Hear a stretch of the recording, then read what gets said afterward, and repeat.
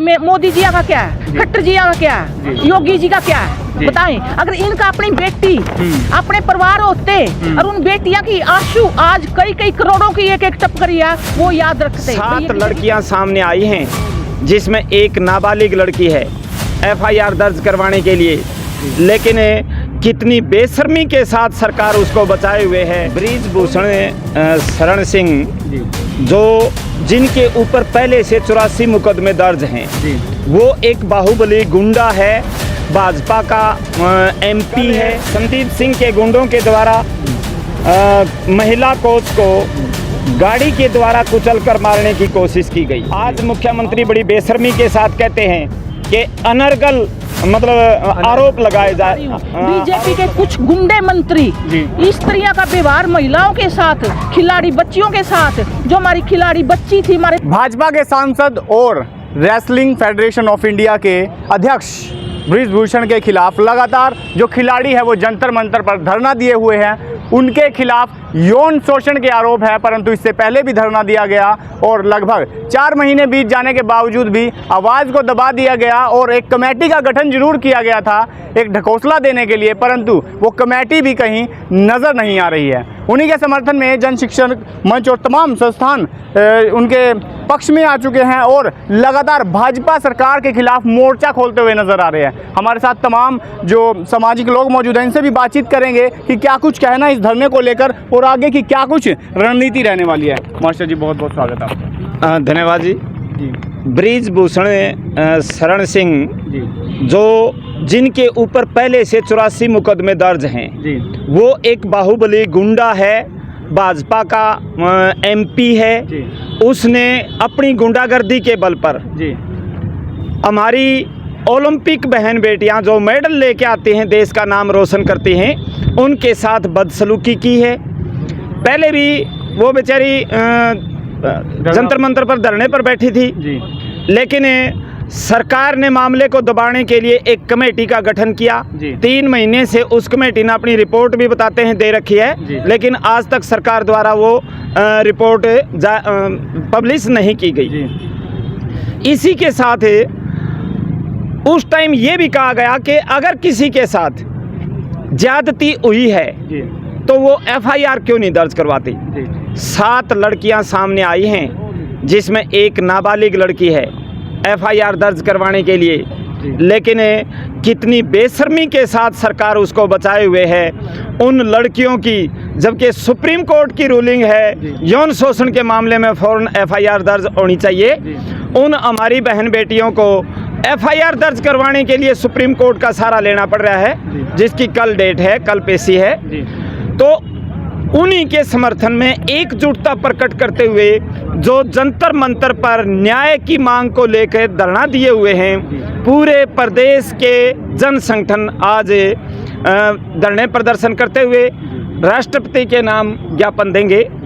और इसी तरह का मामला जो प्रदेश सरकार का है, खेल मंत्री, खेल राज्य मंत्री, जो पूर्व खेल राज्य मंत्री हैं संदीप सिंह, जिनको आज खेल मंत्रालय वापस लेके लेकिन मंत्री बनाया हुआ है, उनके ऊपर महिला कोच यौन शोषण आरोप लगाते हैं, छेड़छाड़ करने के आरोप लगाते हैं, तो उनको तरह तरह से प्रताड़ित करने का काम मंत्री के गुर्गों के द्वारा किया जाता है। इससे पहले भी धरना दिया गया था, उसका क्यों निष्कर्ष नहीं आया? 3 महीने पहले भी जंतर मंतर पर बैठे थे।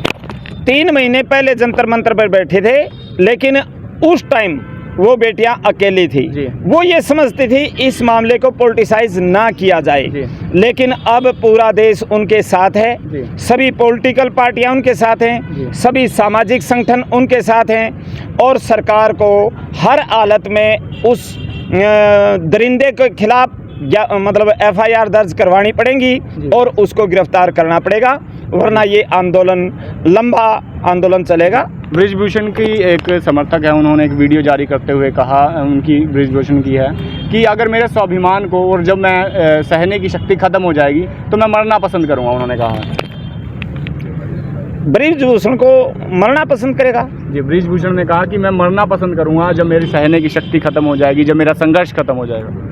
उसकी सहन शक्ति किस रूप में ख़त्म होगी? सरकार उसके साथ खड़ी है।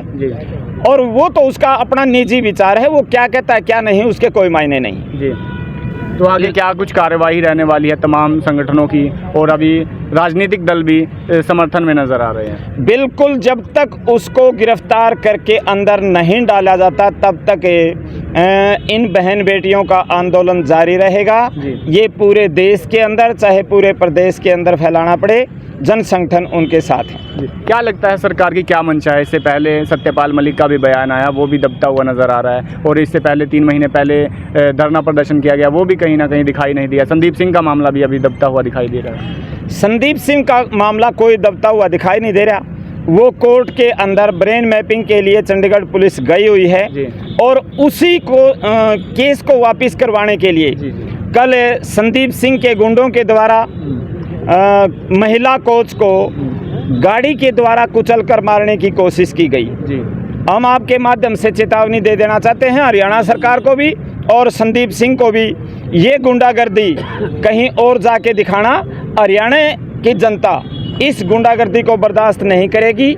पूरा प्रदेश महिला कोच के साथ खड़ा है और जब तक खड़ा रहेगा जब तक उसको न्याय नहीं मिलेगा। क्या 2024 में इन सभी बातों को रखते हुए समीकरण बदल सकते हैं? आज इनकी सरकार है, ये सत्ता के नशे में चूर हैं जी, लेकिन समय आएगा इन लोगों का जब इनको भी लोगों के बीच जाना पड़ेगा, तब इनको हिसाब देना पड़ेगा एक एक बात का। आज मुख्यमंत्री बड़ी बेशर्मी के साथ कहते हैं कि अनर्गल मतलब आरोप लगाए जा रहे हैं। जब मुख्यमंत्री क्लीन चिट दे देते हैं बिना इंक्वायरी के, तो किस पुलिस अधिकारी की हिम्मत है वो इंक्वायरी कर लेगा? लेकिन उसके बावजूद चंडीगढ़ पुलिस संदीप सिंह झूठ बोल रहा है या सच बोल रहा है, उसकी ब्रेन मैपिंग के लिए हाई कोर्ट जाती है। वो बार बार उनके वकील आगे से आगे डेट ले रहे हैं ताकि या तो इसको शिक्षा को मार दिया जाए और या इसको मतलब किसी ना किसी तरह इस मामले को सेट कर लिया जाए। कोशिश उनकी यही है। अगर वो दोषी नहीं होता तो इस तरह की कोशिशें आगे से आगे डेट लेने की ज़रूरत नहीं पड़ती, क्योंकि महिला को स्पष्ट तौर पर छाती तान के कहती है अगर मेरे अंदर कोई कसूर है तो मैं ब्रेन मैपिंग के लिए तैयार हूं, लेकिन ये ब्रेन मैपिंग के लिए तैयार क्यों नहीं है? तो महिलाओं की बात हो रही है तो महिलाओं से भी बातचीत करते हैं। मैडम क्या कुछ कहना चाहेंगे? इसको जो टीम भी का भी गठन किया गया था इन्वेस्टिगेशन को लेकर, क्या कहना?